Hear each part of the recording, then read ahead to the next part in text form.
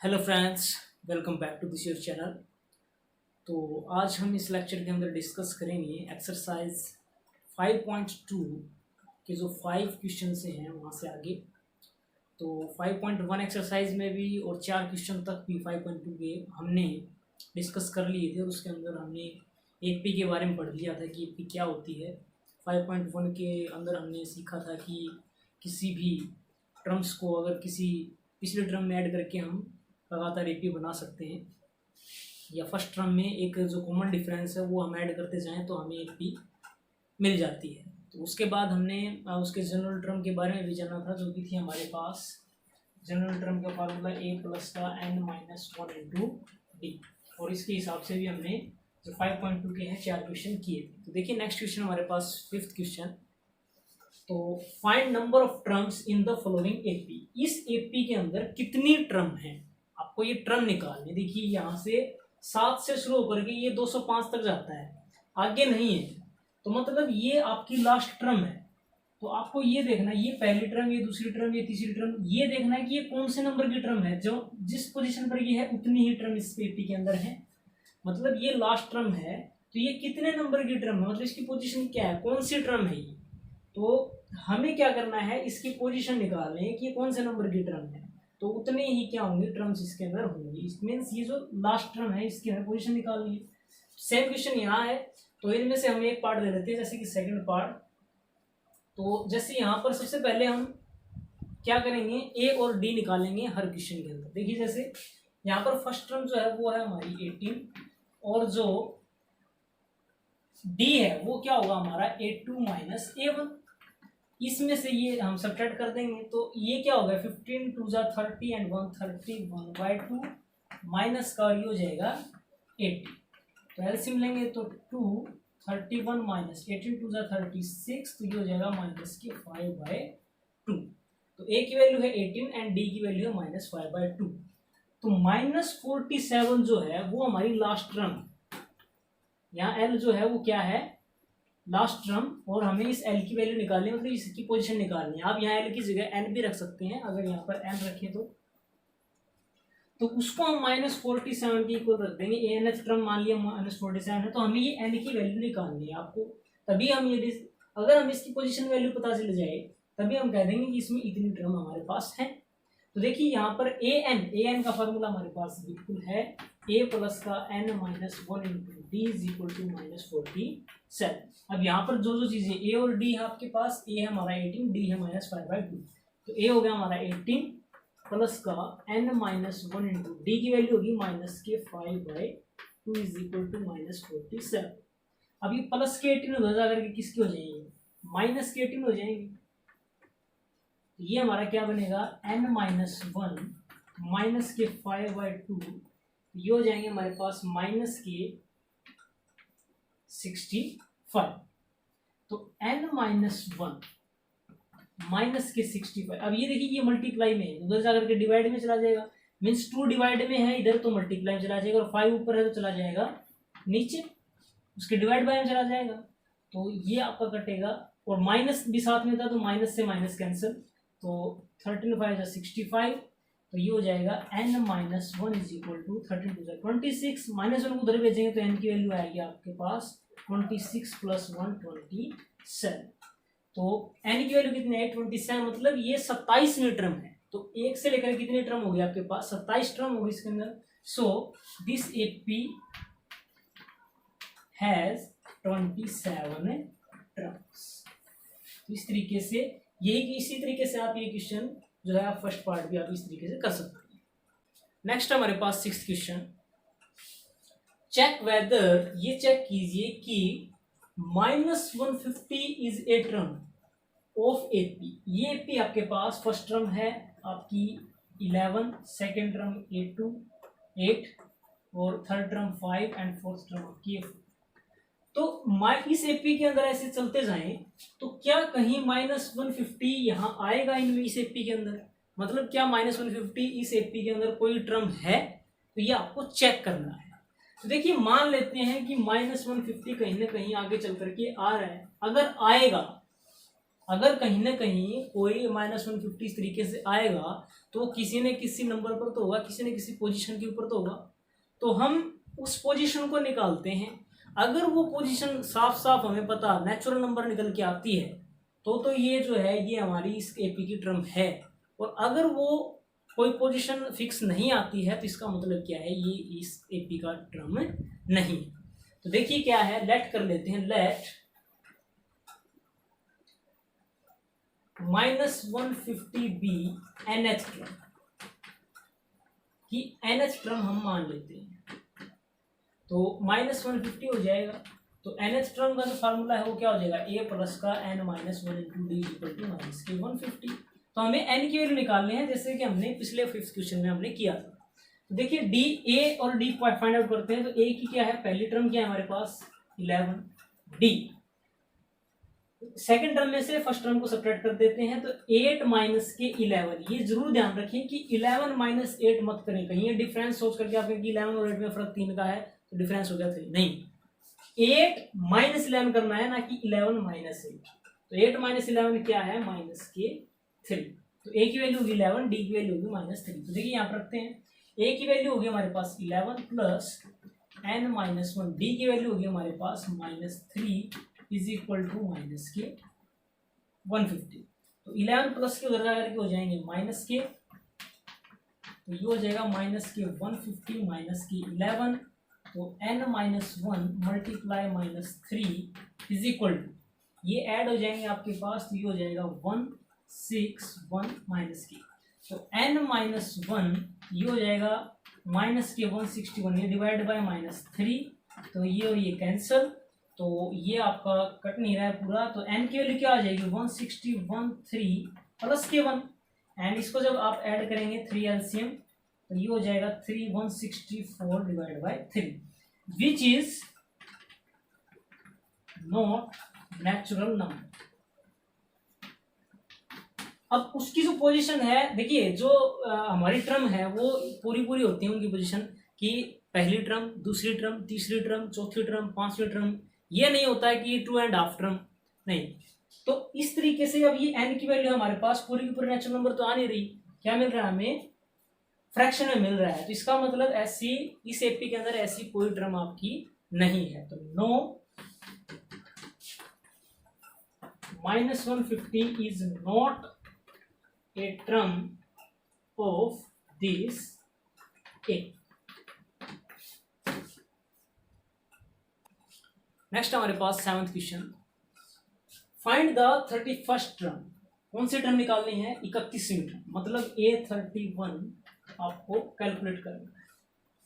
Okay, of an AP, ठीक है, AP third किसी भी टर्म को निकालने के लिए दो चीजों की आवश्यकता होती है, एक ए और एक डी। तो देखिए उसने क्या क्या दिया है, क्या ये सीधे दे रखे हैं या कुछ दे रखे हैं।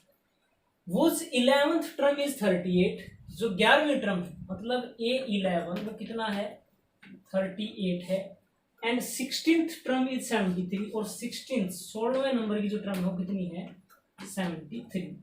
तो ये दो चीजें, दो टर्म आपको दी हैं और आपको एक टर्म आपको पूछ ली गई है। वो टर्म निकालने के लिए आपको ए और डी निकालना पड़ेगा।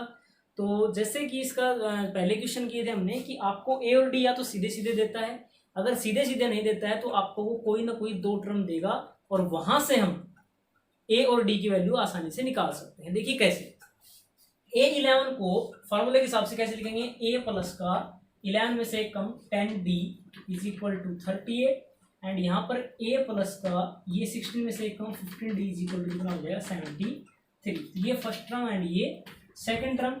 उसके बाद क्या करते थे, सेकंड टर्म में से फर्स्ट टर्म को घटा दीजिए, तो ये हो जाएगा a प्लस का 15d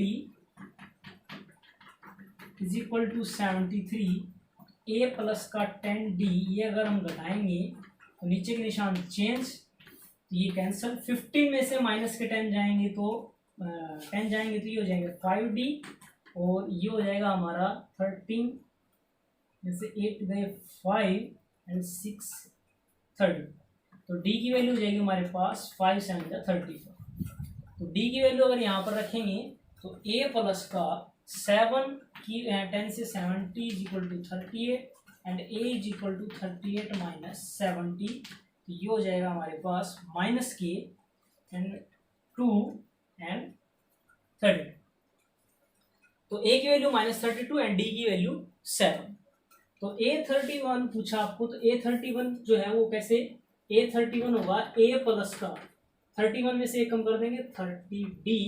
तो A की वैल्यू हमारे पास कितनी, माइनस के 32 प्लस 30, D की वैल्यू कितनी है हमारे पास 7।